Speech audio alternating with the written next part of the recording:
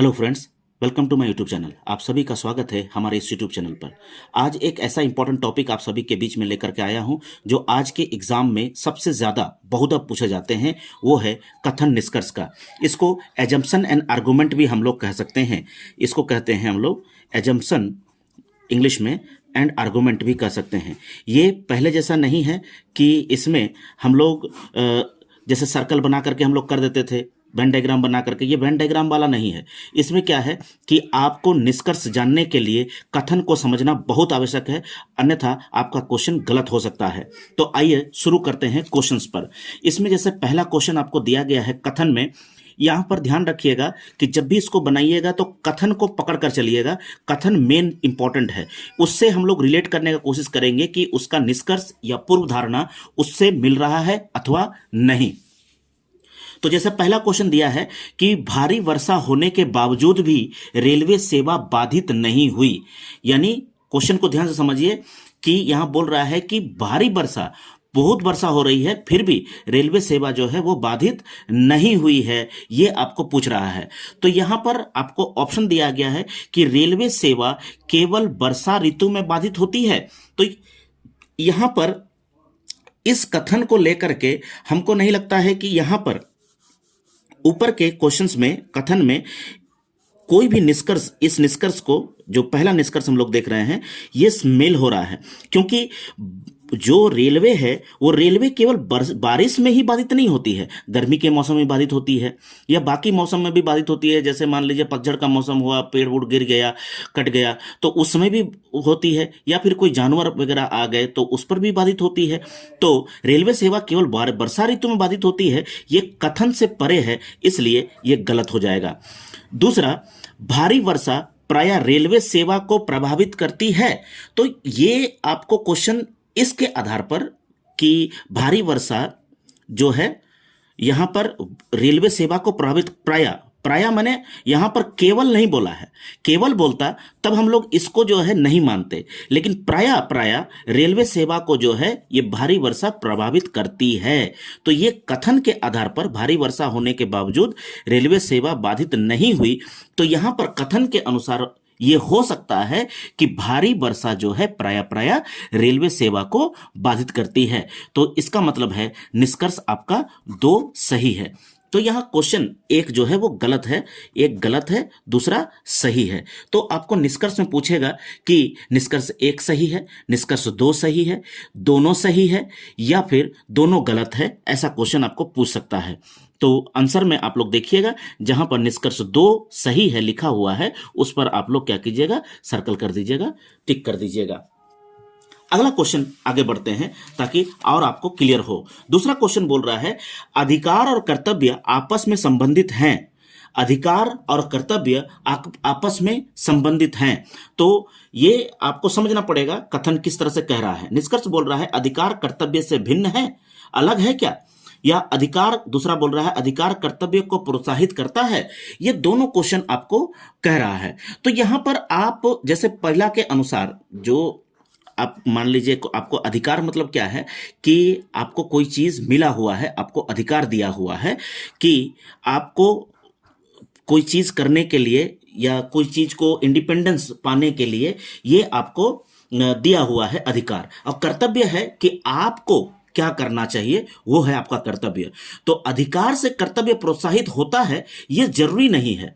ये प्रोत्साहित वाला जो बात बोल रहा है, प्रोत्साहित होता है ये जरूरी नहीं है। कोई एक कहानी, एक छोटा सा ये लेकर के आप समझ सकते हैं, और कि दूसरा नंबर क्यों गलत हो सकता है। पहले नंबर की बात बाद में आते हैं, पहले दूसरे को देख लेते हैं।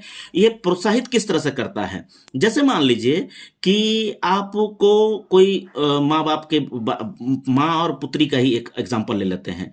यहां माँ को हम अगर अधिकार मान लेते हैं, माँ को अधिकार है कि वह अपने पुत्री अगर उसकी पढ़ती नहीं है तो उसको डांटे पीटे, इस तरह का जो है वो मां को अधिकार है। तो पुत्री का, ये पुत्री के ऊपर निर्भर करता है। माता को अगर हम अधिकार मान ले रहे हैं तो उसका अधिकार है कि पुत्री को पीटे, लेकिन नहीं पढ़ने पर। लेकिन ये पुत्री का कर्तव्य है कि वो पढ़े, ये जरूरी नहीं है, क्योंकि ये हो सकता है कि वो ना भी पढ़े, आप पीट दें, आप ना भी पढ़े, तो वो ये पुत्री पर निर्भर करता है कि अधिकार उसको दिया गया है, इसका मतलब है कि वो पीट रही है, मार रही है, तो जरूरी है कि बच्चा पढ़ेगा? नहीं पढ़ सकता है। तो इसलिए ये कह नहीं सकते हैं कि अधिकार कर्तव्य को प्रोत्साहित करता है, ये आपका सरासर गलत है। अधिकार कर्तव्य से भिन्न है, ये क्वेश्चन आपका सही हो सकता है कि आपस में संबंधित हैं। कहीं ना कहीं इस मेथड पर अगर हम लोग देखें, माता और पुत्री के मेथड पर हम लोग देखें, तो ये दोनों अलग अलग हैं। जैसे मान लीजिए अगर आप संविधान के ही अधिकार को लेकर चलते हैं, तो आपको स्वतंत्रता का अधिकार है ना, धर्म के प्रति जो है समानता का अधिकार है, तो ये सभी अधिकार हैं। कर्तव्य है कि आपको उसकी निष्ठा करनी चाहिए, उसका पालन करना चाहिए, लेकिन करते हैं क्या लोग? नहीं करते हैं। तो ये अधिकार जो है कर्तव्य से भिन्न है, इस आधार पर हम लोग कैसे संबंधित हैं ये हम पर छोड़ा गया है। तो इन दोनों को हम लोग को खुद तो डिसाइड करके करना है। तो इसमें हमको लग रहा है कि पहला नंबर सही होगा, दूसरा जो है वो गलत होगा। अगला आगे बढ़कर के और क्वेश्चन को कुछ बनाते हैं ताकि और क्लियर हो आप सभी को। यहां तीसरा क्वेश्चन बोल रहा है कि सरकार ने वित्त रहित कॉलेज को अपने शुल्क बढ़ाने की अनुमति प्रदान कर दी है। यानी वित्त रहित वैसे कॉलेज जिसको वित्त प्राप्त नहीं हो रहा है, पैसा प्राप्त नहीं हो रहा है, उसको जो है कह रहा है कि आप अपना क्या कर सकते हैं, शुल्क बढ़ा सकते हैं, अनुमति दे दी है। तो पहला क्वेश्चन यहां बोल रहा है, पहला जो बोल रहा है वित्त रहित कॉलेज वित्तीय संकट में है, तो ये इस कथन के आधार पर बिल्कुल सही है। क्यों सही है? क्योंकि वित्त रहित कॉलेजों को सरकार कह रही है कि शुल्क बढ़ाओ, तो शुल्क क्यों बढ़ाने बोल रही है? संकट में होंगे तभी तो कह रही है। तो ये पहला वाला बिल्कुल सही है, कथन पर फिट बैठ रहा है। दूसरा वाला क्या है कि वित्तीय कॉलेज को अनुदान की आवश्यकता नहीं है, वित्त युक्त कॉलेज को अनुदान की आवश्यकता नहीं है, ये इस कथन से जो है कोई मैच नहीं कर रहा है। वित्त युक्त के बारे में यहां कुछ नहीं कहा है, यहां कहा है वित्त रहित के बारे में। तो इसलिए ये दूसरा नंबर गलत है। तो यहां पर पहला बिल्कुल सही है और दूसरा गलत है। तो देखिएगा, जहां पर कथन एक सही है बोलेगा, उस जगह पर आप टिक कर दीजिएगा। अगला एक और क्वेश्चन लेकर के यहां चल रहे हैं। इसमें आपको बताया गया है कि ओनिडा टीवी खरीदें।